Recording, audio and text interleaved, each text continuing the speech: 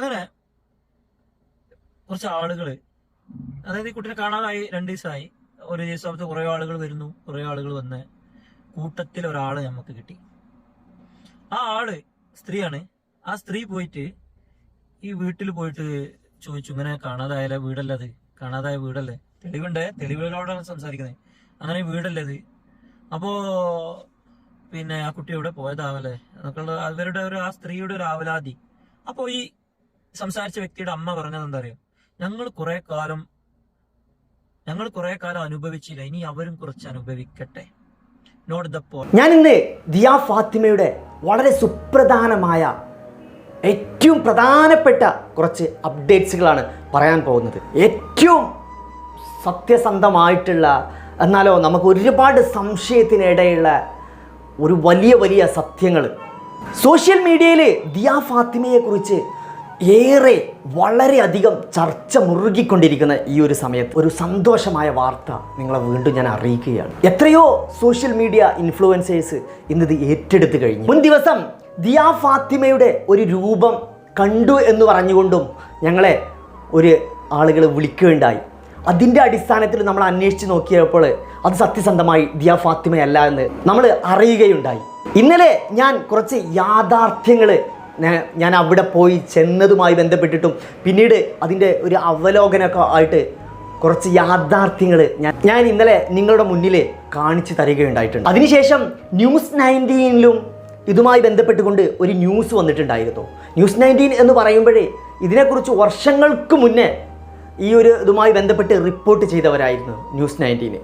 അതിൽ അവർ ആ FIRനെ കുറിച്ച് നമ്മൾ മുന്നേ ചർച്ച ചെയ്തിട്ടുണ്ടായിരുന്നു. FIR തിരുത്താൻ പറ്റുമോ ഇല്ലേ, ഇത്തരത്തിലുള്ള FIRലെ പറ്റിയിട്ടുള്ള മിസ്റ്റേക്കുകളെ കുറിച്ചൊക്കെ നമ്മൾ പറഞ്ഞിട്ടുണ്ടായിരുന്നു. പക്ഷേ ഈ FIRൻ്റെ വ്യക്തമായ മിസ്റ്റേക്ക് ന്യൂസ് 19 കാണിക്കുകയുണ്ടായിട്ടുണ്ടായിരുന്നു.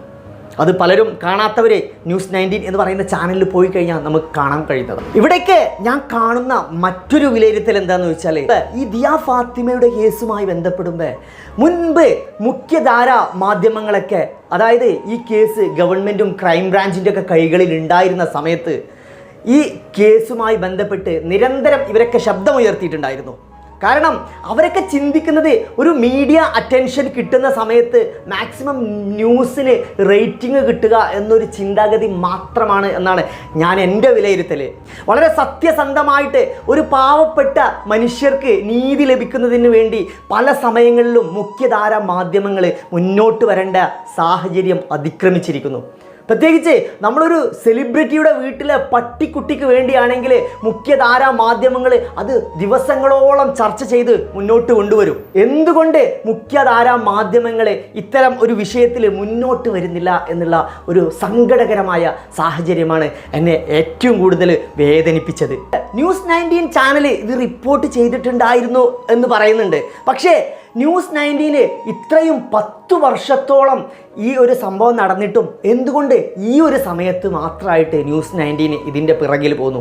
എന്തുകൊണ്ട് ന്യൂസ് 19 വർഷങ്ങളായിട്ട് ഇതിൻ്റെ പിറകെ പോയില്ല? കാരണം ഒരു പക്ഷേ ഇവരുടെയും ചിന്താഗതി, ഒരു പക്ഷേ റീച്ചോ അത്തരത്തിൽ ഇതുമായി ഒരു ന്യൂസ് അറ്റൻഷൻ കിട്ടുമ്പോൾ അവർക്ക് കിട്ടുന്ന ഒരു റീച്ചിനെ കുറിച്ചോ അത്തരത്തിലൊരു ചിന്താഗതി ആയിക്കൂടായി ഇല്ല. കാരണം ഇത്രയൊക്കെ സംഭവിച്ചിട്ട് എന്തുകൊണ്ട് ഇത്രയും ശക്തമായിട്ട് തെളിവുകളൊക്കെ അവർ ഈ ഒരു സമയത്ത് ഇത്രയും ഒരു 10 വർഷക്കാലം കാത്തിരിക്കേണ്ടി എന്തിനായിരുന്നു ന്യൂസ് 19 സമയം കളഞ്ഞത്? ആ കുഞ്ഞ് മോളെ നഷ്ടപ്പെട്ട സമയത്ത് ന്യൂസ് 90 പോലത്തെ മീഡിയകൾ എന്തുകൊണ്ട് ഇതുമായി ബന്ധപ്പെട്ടുകൊണ്ട് വളരെ ശക്തമായി മുന്നോട്ട് വന്നില്ല എന്നുള്ള വളരെ വലിയൊരു ചോദ്യചിഹ്നമാണ് എൻ്റെ മുന്നിൽ നിൽക്കുന്നത്. നമ്പില്ലനെ ഇതുമായി ബന്ധപ്പെട്ടുകൊണ്ട് 2.5 വർഷമായിട്ട് ഇതിൻ്റെ പിറകിലെത്തിയിട്ടുള്ളൂ. പക്ഷേ ഇതിന് മുൻ സമയങ്ങളിൽ ഒരുപാട് സമയങ്ങൾ നഷ്ടപ്പെട്ടു പോയി. പക്ഷേ അത് വളരെ വിഷമകരമായി നിങ്ങൾ അറിയിക്കുന്ന ഒരു യാഥാർത്ഥ സത്യം കൂടെയാണ്. ഒരു കേസ് എപ്പോഴും അന്വേഷണത്തിൻ്റെ പരിധി മാക്സിമം 48 മണിക്കൂറാണ്. ഈ 48 മണിക്കൂർ കഴിഞ്ഞതിന് ശേഷം ഈ കേസിൻ്റെ തീരുമാനങ്ങളൊക്കെ വളരെ പ്രയാസകരമായിട്ടായിരിക്കും നമുക്ക് അതിൻ്റെ തെളിവെടുപ്പുകൾ കിട്ടാൻ കഴിയുക. പ്രത്യേകിച്ച് ഇത്തരത്തിൽ ന്യൂസ് 90 ഒക്കെ ഇത് റിപ്പോർട്ട് ചെയ്തിട്ടുണ്ടായിരുന്നു, ഞങ്ങൾ അങ്ങനെ ചെയ്തിട്ടുണ്ടായിരുന്നു, ഇങ്ങനെ ചെയ്തിട്ടുണ്ടായിരുന്നു ഒക്കെ ന്യൂസ് 90 പറയുമ്പോഴേ ന്യൂസ് 90 ചെയ്ത ഈ ഒരു കാര്യം എന്തുകൊണ്ട് വളരെ ശക്തമായി അന്വേഷിച്ചില്ല എന്നുള്ള വലിയൊരു തെറ്റാണ് ഞാൻ ചൂണ്ടിക്കാണിക്കുന്നത്. അതേപോലെ ഈ ന്യൂസ് 90യോട് തന്നെ ഈ ദിയ ഫാത്തിമയുടെ ഉമ്മയും ഉപ്പയും പറയുകയുണ്ടായി, ഇതുമായി ബന്ധപ്പെട്ടിട്ട് 2.5 വർഷത്തോളമായിട്ട് ജുനൈദ് നമ്പിലന് ഞങ്ങളെ കൂടെ ഉണ്ട് എന്ന് വളരെ ശക്തമായിക്കൊണ്ട് വളരെ ആത്മവിശ്വാസത്തോടെ ന്യൂസ് 90യോട് ഇവർ പറഞ്ഞ സമയത്ത് ന്യൂസ് 90 അവരോട് പറഞ്ഞത് എന്തെന്നറിയാമോ? അത് ക്യാമറൻ്റെ പുറകിൽ പറഞ്ഞത്, അതൊന്നും ഞങ്ങൾ അറിയേണ്ട ആവശ്യമില്ല, അതൊന്നും ഞങ്ങൾക്കറിയില്ല. അതായത് വലിയ വലിയ ചാനലുകൾക്ക് ഒരു പക്ഷേ ഇതൊരു വലിയ ചർച്ചാ വിഷയം എന്തുകൊണ്ടാക്കിക്കൂടാ? ഇതൊരു വലിയ ചോദ്യചിഹ്നമാണ്. ഭയപ്പെടുന്നു ആരെയൊക്കെയോ ഇവരും അല്ലെ. എന്തിനാണ് മീഡിയകളൊക്കെ മാഫിയകളെ ഭയപ്പെടുന്നത്? ഇതുമായി ന്യൂസ് 90 റിപ്പോർട്ട് ചെയ്ത കാര്യത്തിൽ നമുക്ക് പറയാനുള്ളത് എന്തെന്ന് ചോദിച്ചാൽ, ഒരാളെയും ക്രിട്ടിസൈസ് ചെയ്തോ മോശമായിട്ടോ ഒന്നും ചിത്രീകരിക്കുന്നു അല്ല ഞാൻ ചെയ്യുന്നത്. അതായത് ന്യൂസ് 90 അവിടെ പ്രസ്താവിക്കുന്നുണ്ട്, ഇത് നാടോടികൾ അന്ന് അവിടെ വന്നതും നാടോടികളുമായി ബന്ധപ്പെടുത്തിക്കൊണ്ടാണ് ഈ കേസിനെ ന്യൂസ് 90 കൊണ്ടുപോകുന്നത്. അത്തരത്തിൽ ഒരു നാടോടികളെ അത്രമാത്രം ഇതാക്കി പറയുമ്പോഴേ എന്തുമാത്രം ആ ഒരു സംശയത്തിൻ്റെ അടിസ്ഥാനത്തിൽ പോകേണ്ട ഒരു വിഷയം, ആ ഒരു നാടോടികളുമായി ബന്ധപ്പെട്ട് എന്ത് അടിസ്ഥാനത്തിലാണ് ഇതിനെ ന്യൂസ് 90 ഉറപ്പിച്ച് പറയുന്നത്? ഒരിക്കലും ഒരു സംശയാസ്പദമായ കാര്യങ്ങൾ ഒരിക്കലും ഉറപ്പിച്ച് പറയാൻ ഇന്ത്യയിൽ നീതിന്യായം അനുവദിക്കുന്നില്ല. ഏതൊരാളെയും നമുക്ക് സംശയത്തിൻ്റെ മുനയിൽ കാണാം, പക്ഷേ അത് അവരാണെന്ന് നമുക്ക് ഉറപ്പിച്ച് പറയാനുള്ള ഒരു വ്യക്തമായ ഒരു തെളിവും ഇന്നില്ല. ഞാൻ വ്യക്തമായ സത്യസന്ധമായ തെളിവിലേക്ക് വരുന്നതിന് മുന്നുള്ള ഒരുപാട് കാര്യങ്ങളാണ് ഞാൻ നിങ്ങളോട് സംസാരിച്ചുകൊണ്ടിരിക്കുന്നത്. മാത്രമല്ല ഇന്നത്തെ വീഡിയോ കുറച്ച് ലെങ്ത് ഉണ്ടെങ്കിൽ ക്ഷമിക്കണം, കാരണം അത്രയും പ്രധാനപ്പെട്ട കാര്യങ്ങളാണ് എനിക്ക് പറയാനുള്ളത്. രാവിലെ ദിയ ഫാത്തിമയെ മിസ്സായ ദിവസം രാവിലെ 6 മണിക്ക് തുടങ്ങിയ മഴയായിരുന്നു. അന്നേ ദിവസം ദിയ ഫാത്തിമയുടെ ഒപ്പ ജോലിക്ക് പോവണോ വേണ്ടേ എന്ന് ആലോചിച്ചുകൊണ്ടിരിക്കുകയായിരുന്നു.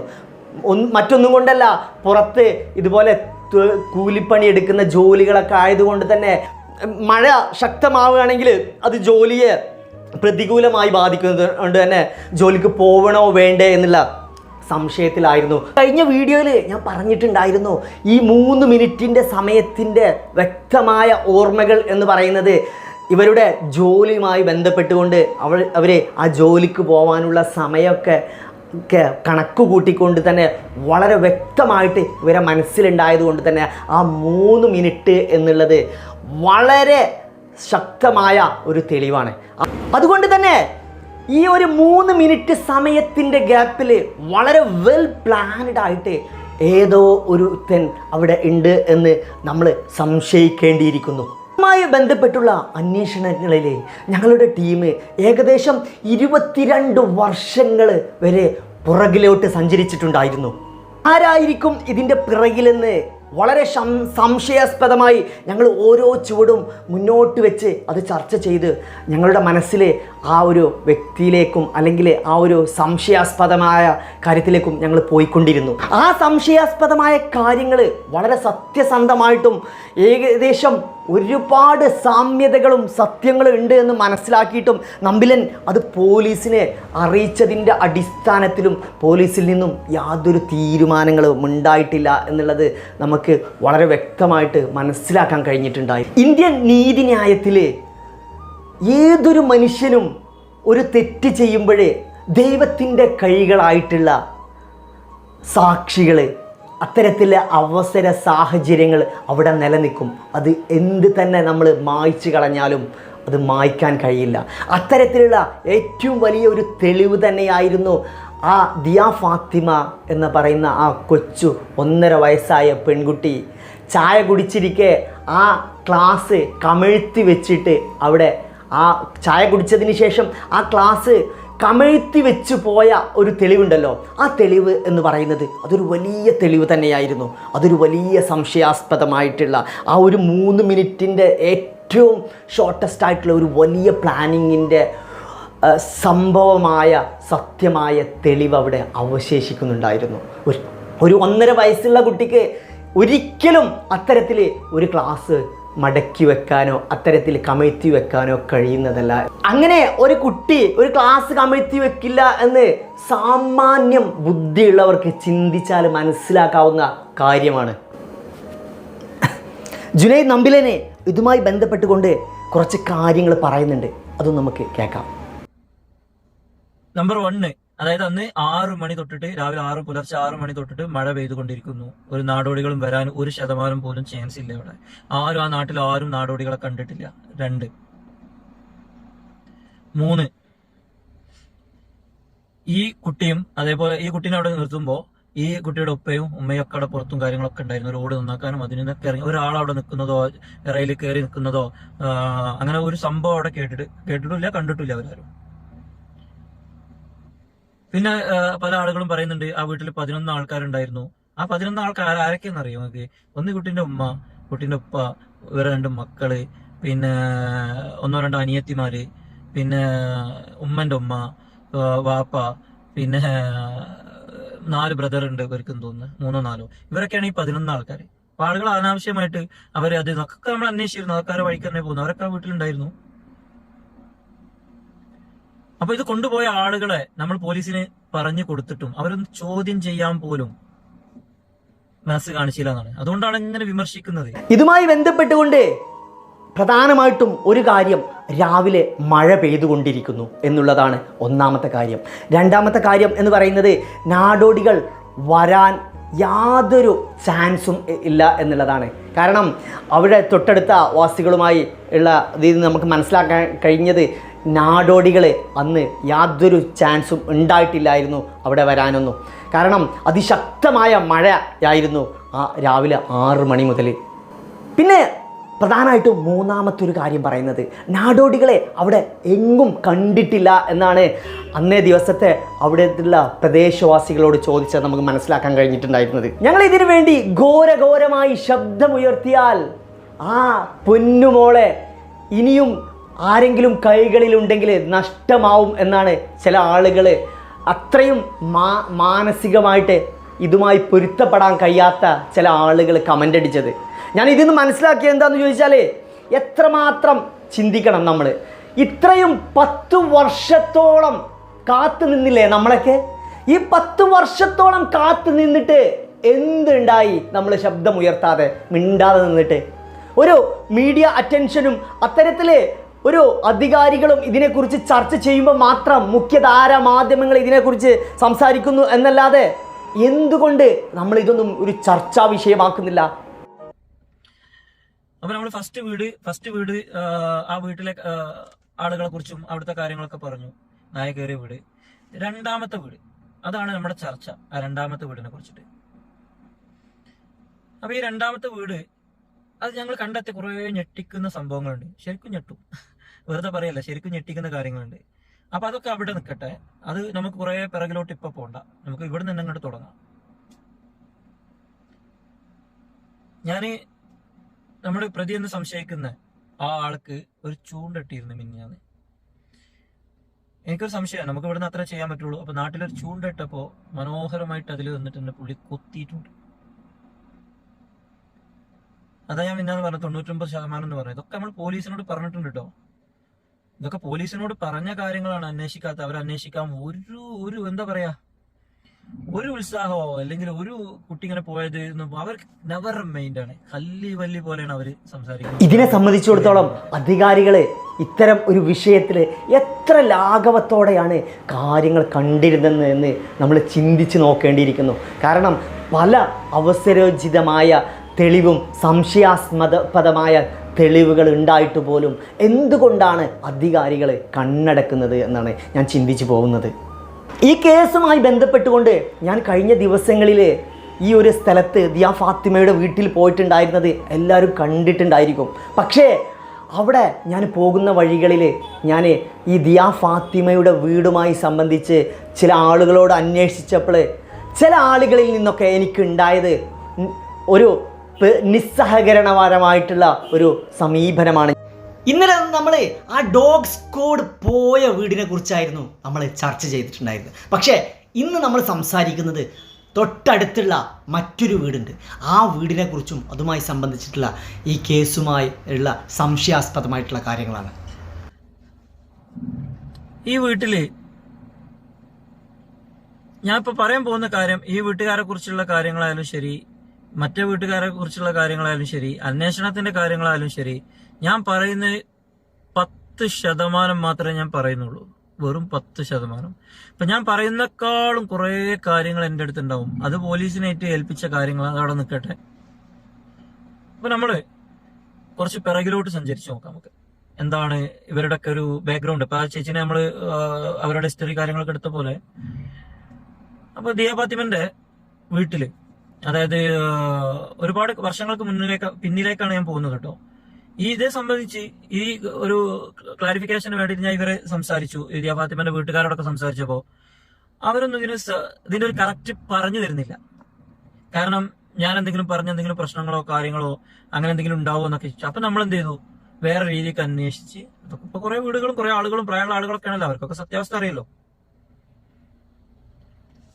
അപ്പൊ സമയം ഒരു 3 മണി നേരം, ഒരു 3 മണി നേരം പണ്ട് കാലട്ടോ, എത്ര വർഷം കാര്യങ്ങളൊക്കെ ഞാൻ പറഞ്ഞിട്ടുണ്ട്.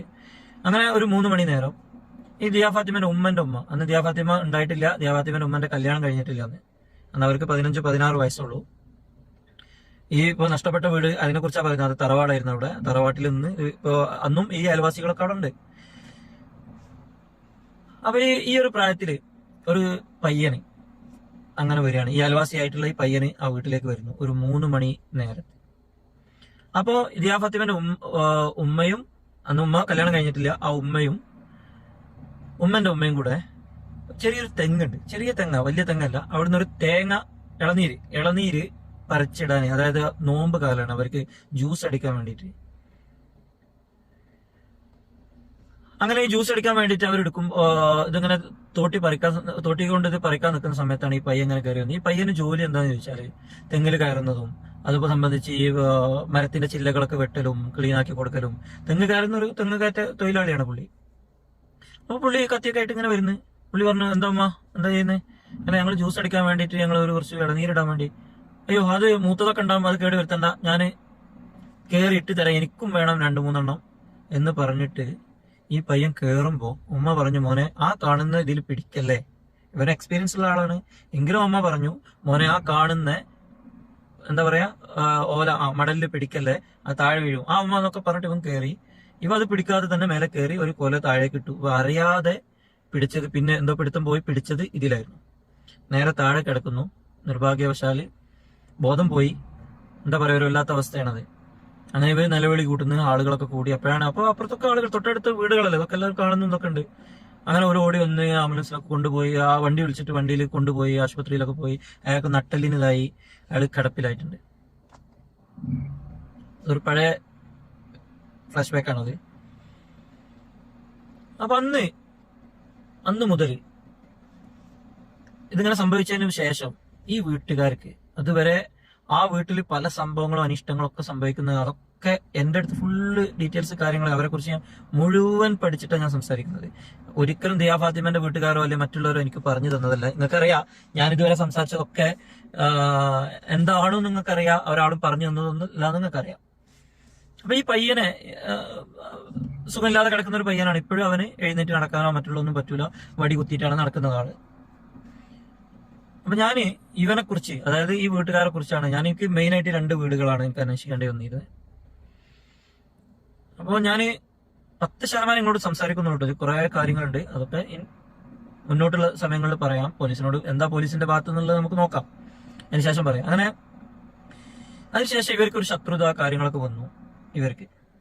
പിന്നെ എനിക്ക് അവിടെ നിന്ന് അറിയാൻ കഴിഞ്ഞത്, അത് ഞാൻ ദിയ ഫാത്തിമന്റെ വീട്ടിൽ വിളിച്ച് എനിക്ക് കഴിഞ്ഞിട്ടില്ല. ഉമ്മാന്റെ നമ്പർ ഇവരോട് ഞാൻ വിളിച്ചിരുന്നു. അങ്ങനെ ഒരു കോഴിയുടെ ഒരു വിഷയം ചോദിച്ചപ്പോൾ ഇവരൊന്നും മൗനമാണ് എനിക്ക് സമ്മതിച്ചത്. എന്നോട് ഒരു മറുപടി അവർ പറഞ്ഞിട്ടില്ല. പക്ഷെ എനിക്ക് ബോധ്യപ്പെട്ട ഒരു കാര്യമാണ്, 12ഓളം കോഴിയെ, അതായത് ദിയ ഫാത്തിമന്റെ ഉമ്മന്റെ വീട്ടിലുള്ള തറവാട്ടിലുള്ള 12ഓളം കോഴിയെ ഈ വീട്ടിലുള്ള ആളുകൾ കൊന്നിട്ടുണ്ട്. അവര് നല്ല ശത്രുതയിലാണ് അവര്. അതായത് ആ അമ്മ വിചാരിച്ചിരിക്കുന്നത്, ആ അമ്മയും ഈ വീണ് കിടക്കുന്നവനും വിചാരിച്ചിരിക്കുന്നത് അവരുടെ കുറച്ചൊരു അന്ധവിശ്വാസത്തിന്റെ ആളുകളാണ് അവര്. അപ്പൊ അവർ വിചാരിക്കുന്നത്, ഇവിടുത്തെ തെങ്ങ് കയറിയിട്ട് ഞങ്ങൾക്ക് ഇങ്ങനെ വന്നു, എന്റെ മകന്റെ ഭാവി പോയത് ഈ വീട്ടുകാരുടെ ശാപം കൊണ്ടാണ് എന്നുള്ള രീതി, കുറച്ച് പ്രാർത്ഥനാ പരമായിട്ടുള്ള ആളുകളാണ് അവർ, കുറച്ചൊരു അന്ധവിശ്വാസം കൂടുതലുള്ള ആളുകളാണ്.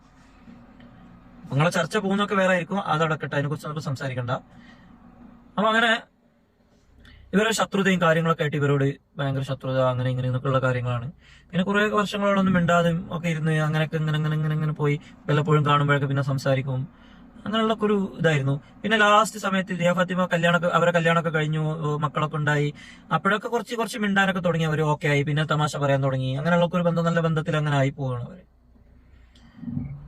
പക്ഷേ ദിയ ഫാത്തിമനെ കാണാതായി, അവര് നല്ല ബന്ധമായിട്ടോ, നല്ല ബന്ധവും കാര്യങ്ങളൊക്കെ ആയി, നല്ല സൗഹൃദമായി, പഴയ പോലെ ആയി. അപ്പൊ ആ ദിയ ഫാത്തിമനെ കാണാതായ അന്ന് കുറച്ച് ആളുകൾ, അയൽവാസികളായിട്ടുള്ള ആളുകളും നാട്ടുകാരും ഈ വീട്ടുകാരൊക്കെ പോയിട്ട് ഈ വീട്ടിലാണ് കയറിയത്. നായ കയറിയ വീടല്ല, ഈ വീട്ടിൽ. അപ്പൊ ഓടിച്ചെന്നിട്ട് പറഞ്ഞു, ഞാൻ അവരെ പേരൊന്നും പറയുന്നില്ല, ഓടിച്ചെന്നിട്ട് പറഞ്ഞു, കുട്ടീനെ കാണാനില്ലല്ലോ, നമുക്കൊന്ന് തിരയണ്ടായിരുന്നപ്പോ ഇവരെടുത്തേക്ക് ചോദിച്ചു, അവരെ കുട്ടീനെ കാണാതെ പോയതിന് ഇവിടെ തിരഞ്ഞിട്ട് എന്താ കിട്ടാന്, ഞങ്ങളെന്താ കിഡ്നാപ്പേഴ്സാ? അപ്പൊ ഈ പയ്യനാണ് ചൂടാകുന്നത്, ഞങ്ങളെന്താ കിഡ്നാപ്പേഴ്സാ, ഞങ്ങൾ എന്താണ് ഒറ്റന്ന് കയറിയാലും അങ്ങനെ എങ്ങനെ എന്നൊക്കെ പറഞ്ഞിട്ട് ഭയങ്കര ഷോ അവിടെ കിടന്നിട്ട്. ഞാൻ കഴിഞ്ഞ വീഡിയോയിൽ ഇതിനെ കുറിച്ച് കുറച്ച് സൂചിപ്പിച്ചിരുന്നു, ഇത്ര വിശദമായിട്ട് കുറച്ചും കൂടെ കാര്യങ്ങൾ ചൂണ്ട എറിഞ്ഞിരുന്നു, അതിലൊന്ന് കൊത്തു നോക്കാൻ വെയിറ്റ് ചെയ്തതാ. വളരെ മനോഹരമായിട്ട് കൊത്തിയിട്ടുണ്ട്, അതൊക്കെ ഞാൻ പറയാം ഇൻഷാ അല്ലാഹ്. അപ്പോ ഇവരിങ്ങനെയൊക്കെ ഒരു സംഭവം, ഞാൻ ഈ കാര്യം പറയുമ്പോൾ നിങ്ങളിങ്ങനെ ആ വീടിന്റെ ഒരു കണ്ണടച്ചിട്ട് ഇങ്ങനെ കേട്ട് നോക്കി, ആ വീടിന്റെ മുന്നിലാണ് നിങ്ങളുള്ളത്, നിങ്ങൾ ആ നാട്ടുകാരെ കൂടെ പോയിട്ടുണ്ടെന്ന് ജസ്റ്റ് ഒന്ന് ഇമാജിൻ ചെയ്ത് നോക്കുക. നിങ്ങൾ പറയുന്നത്, നിങ്ങൾ അയൽവാസി എന്റെ വീട്ടിൽ പോയിട്ട്, ചേട്ടാ ഈ കുട്ടീനെ കാണാനില്ലല്ലോ, നമുക്കൊന്ന് തരാം, ഇവിടെ എന്തെങ്കിലുമൊക്കെ നടന്നു വന്നോളൂ, എന്തെങ്കിലുമൊക്കെ ഒന്ന്. ഒരു തരത്തിൽ അവർ സഹകരിക്കണില്ല ആ വീട്ടുകാർ. ഓക്കെ, അപ്പോ ഇവര് പറഞ്ഞു, അപ്പൊ എന്തുകൊണ്ട് ഞങ്ങൾ സഹകരിക്കും, എല്ലാ വീട്ടിലും ഞങ്ങൾ കയറി തെരഞ്ഞില്ല, ഒരു കൊച്ചു പോയതല്ല, ആ തള്ള കണ്ടോ ആ റോട്ടിൽ അങ്ങനെ പാഞ്ഞു നടക്കുന്ന ഭ്രാന്തായിട്ട്, തള്ള അങ്ങോട്ടും ഭ്രാന്തായി നടക്കും ഇങ്ങോട്ടും. അതിനൊക്കെ ബോധം വന്നത് തന്നെ എത്രയോ ദിവസം കഴിഞ്ഞറിയണം, അമ്മാതിരി മെന്റലായി പോയി. അപ്പൊ ഈ വീട്ടുകാര് എന്തിനാണ് അങ്ങനെ, അതായത് ഞാൻ ആ കഴിഞ്ഞ വീഡിയോയിലും പറഞ്ഞിട്ടുണ്ട്, ഒരു ആള്, അതായത് ഇപ്പോ ഇത്ര ഈ ആമ്പിള്ളേർ അങ്ങനെ പറഞ്ഞോട്ടെ, കുഴപ്പമില്ല. അവിടുത്തെ ഞാൻ ഈ അസുഖം ബാധിച്ച്, അതായത് തെങ്ങിന്ന് വീണിട്ട് നട്ടലിന് പരിക്ക് പറ്റി കിടക്കുന്നവനെ കുറിച്ചാണ് ഞാൻ സംസാരിക്കുന്നത്. മറ്റൊരു നല്ല കുഴപ്പമില്ലാത്ത പയ്യന്മാരാണ്. ഇവന് ആകെ പഠിച്ചത് 2ാം ക്ലാസ് അല്ലെങ്കിൽ 4ാം ക്ലാസ് വരെ, 3ാം ക്ലാസ് അങ്ങനെ എന്തോ പഠിച്ചിട്ടുള്ളൂ, എനിക്ക് കിട്ടിയ അറിവാണ്.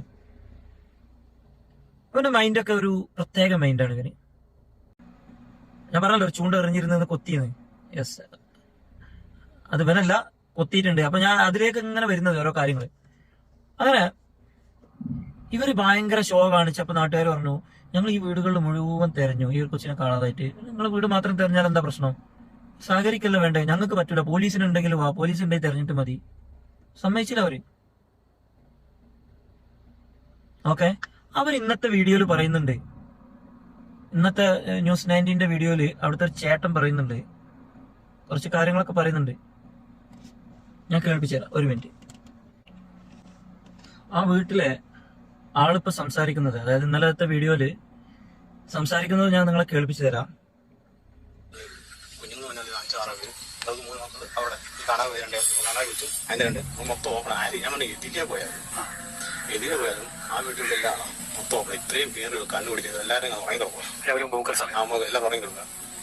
ആരെങ്കിലും ഒരാൾ കണ്ണിപ്പെടാനിരിക്കും. ഇവരുടെ പിന്നെ പരിചയക്കാരിൽ മിഷീസ് അങ്ങനെ ചവറ് കൊടുത്തേ പോകും. പരിചയത്തോടുകൂടി കൊച്ചു പോകില്ല, നമ്മളെ കഴിഞ്ഞിട്ട് കറി പോകില്ല. 60% നമ്മൾ പോയി കിടന്നത്, ചായ കുടിച്ചു വെച്ചിട്ട് ഇറങ്ങി പോയി. മഴയത്ത് എവിടെ പോകുന്നത്, കുട്ടിയായിരുന്നു മഴ ഓപ്പണല്ല സ്ഥലം, ആരും വന്ന് ഇത്രയും ഓപ്പണല്ല സ്ഥലം, ഇത്രയും പേരുള്ള ഓപ്പണല്ല സ്ഥലം മൊത്തം എന്തെങ്കിലും മറ വേണ്ടേ. ഈ മതിലും ഈടെ കിട്ടിയത്, അപ്പൊ ഇവർ ഇത്രയും പേരുള്ള കണ്ടിപ്പാടിക്കും കൊച്ചുകാരി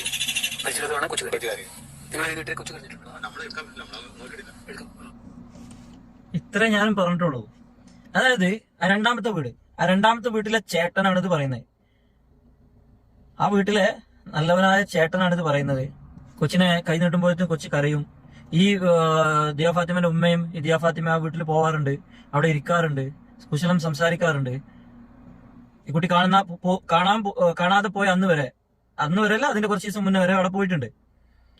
ആ കൊച്ചിനെ കാണാതായിട്ട് അന്ന് അവിടെ പോയി അന്വേഷിച്ചപ്പം ഈ ആളുകൾ എന്തിന് ഇവിടെ കുട്ടിയെ തരാൻ പറ്റില്ല. ഞാൻ നേരത്തെ പറഞ്ഞില്ലേ, ഇവിടെ തരാൻ പറ്റത്തില്ല, ഇവിടെ നിന്ന് ഞങ്ങൾ കിഡ്നാപ്പേഴ്സ് ആണോ, അങ്ങനെ കുറെ മുറ്റത്തേക്ക് ഛർദ്ദിച്ചു എന്നൊക്കെ പറഞ്ഞില്ല, ഇവരെ ആളുകളെ ചീത്ത പറഞ്ഞു, അതൊക്കെ ഇവരാണ്. ഇവരിപ്പോ എന്താ പറയുന്നത്? ഇത്ര ആളുകളും കാര്യങ്ങളൊക്കെ ഉണ്ടാകുമ്പോൾ വളരെ മാന്യമായ കാര്യം അവർ പുള്ളി പറയുന്നത്. നിങ്ങൾക്ക് ഓടിയിട്ടില്ല സംഭവം. അതായത് ഇത്ര 10 വർഷത്തിന് ശേഷം ഇയാളിപ്പോ ആ പറഞ്ഞതിലൂടെ പറയാതെ അയാൾ പറഞ്ഞൊരു കാര്യമുണ്ട്. ആ വീട്ടിൽ 11 പേരുണ്ടല്ലോ ആ സമയത്തൊക്കെ ഉണ്ടായിരുന്നു, അതൊക്കെ പുള്ളി ഓർത്ത് വെച്ചിട്ടുണ്ട്. ആ 11 പേരാരാ? ദിയാഫാത്തിമന്റെ ഉമ്മ, ദിയാഫാത്തിമന്റെ വാപ്പ, 2 മക്കള്, ഇത്രയായി 4ആയി. അവർക്ക് 2 സഹോദരിമാരോ 1-2 സഹോദരിമാരുണ്ട്. അവര് പിന്നെ ഉമ്മ, ഉപ്പ, പിന്നെ ജ്യേഷ്ഠന്മാരായിട്ട് ദിയാഫാത്തിമന്റെ ഉമ്മക്ക് 4 പേരൊക്കെ അങ്ങാനുണ്ട്. ഇവരൊക്കെ പാടാണ് അത്. അതൊക്കെ പുള്ളി ഓർത്ത് വെച്ചിട്ടുണ്ട്. പക്ഷെ എന്തുകൊണ്ട് പുള്ളി അതിനും പറയുന്നുണ്ട്, ഇത്രയും വീടുകളും ആളുകളൊക്കെ ഉണ്ടാകുമ്പോൾ ഒരിക്കലും ഇതിന്റെ കുഞ്ഞിനെ കൊണ്ടുപോകാൻ പറ്റൂല. അതന്നെ ഞങ്ങളും പറയുന്നത്, കൊണ്ടുപോകാൻ പറ്റൂല. പുള്ളി അതിന്റെ ഇടയിൽ വേറെയും കാര്യം പറയുന്നുണ്ട്, ഞാൻ ഇവിടെ മുറ്റത്തുണ്ടായിരുന്നു, പുറത്തുണ്ടായിരുന്നു എന്നൊക്കെ പുള്ളി പറയുന്നുണ്ട്. അപ്പൊ ഇത്രയും നല്ല ഒരു റിപ്പോർട്ടറോടൊക്കെ ഇങ്ങനെ സംസാരിച്ച് നന്നായി സമൂഹത്തിന് ഇഷ്ടപ്പെടുന്ന ഒരു വ്യക്തിയാണ്. അന്ന് എന്താ ചെയ്ത പുള്ളി? ഇങ്ങനെ കൊച്ചു കാണാതായിരുന്നു ഓടി വരുമ്പോ സാമാന്യം അരിയാഹാരം കഴിക്കുന്നവരൊന്ന് ചിന്തിച്ചു നോക്ക്. പുള്ളി എന്താ അന്ന് പുള്ളി അതുപോലെ പുള്ളിയുടെ അസുഖമായിട്ട് കിടക്കുന്ന ഇവരൊന്നും, അയാൾക്ക് നടക്കാനൊക്കെ അന്നേ കഴിയൂട്ടോ. ഓക്കെ, പണ്ട് കാലമായിരുന്നു അങ്ങനെ കടന്നിരുന്നത്. അയാൾക്ക് വടിയൊക്കെ കുത്തി നടക്കാൻ, എന്ത് ജോലി ചെയ്യാനൊക്കെ അയാൾക്ക് കഴിയും. ഭയങ്കര മൈൻഡാണ്. അങ്ങനത്തെ ഒരു നിങ്ങൾക്ക് അറിയാലോ, ഊഹിക്കാലോ, 2ാം ക്ലാസ് വരെ പഠിച്ചിട്ടുള്ള ആള്.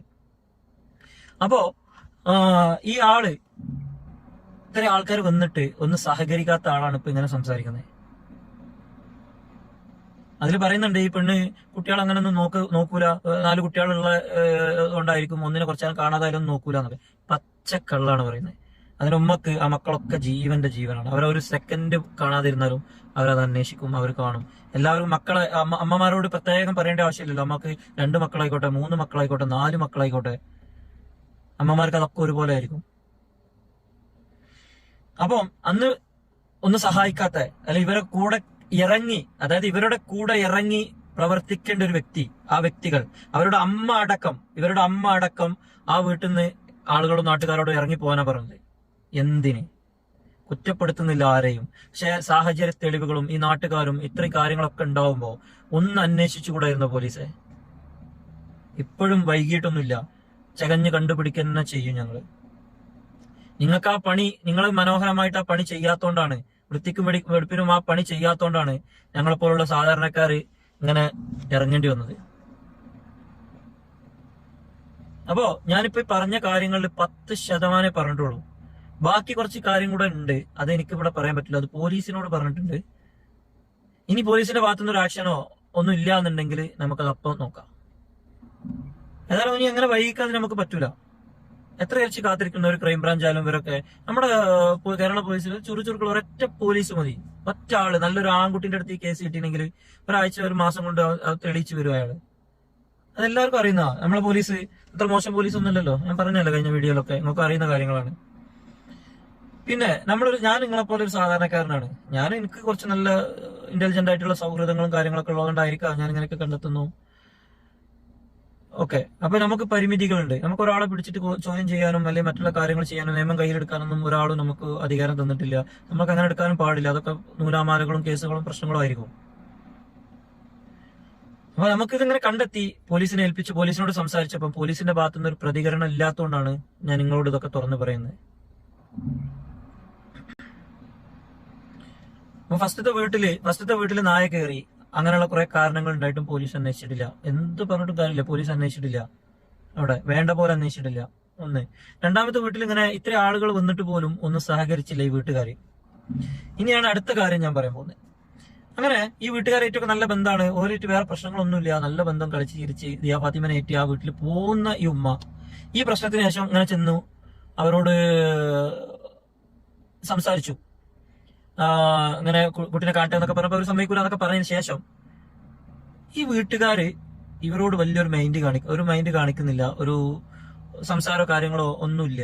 നമുക്കറിയാൻ കഴിഞ്ഞതാണ്. ഇനി അവരെ വായനയും കൂടെ നമുക്ക് വരണം, അതെനിക്കറിയില്ല, നമുക്ക് കൊണ്ടുവരാം.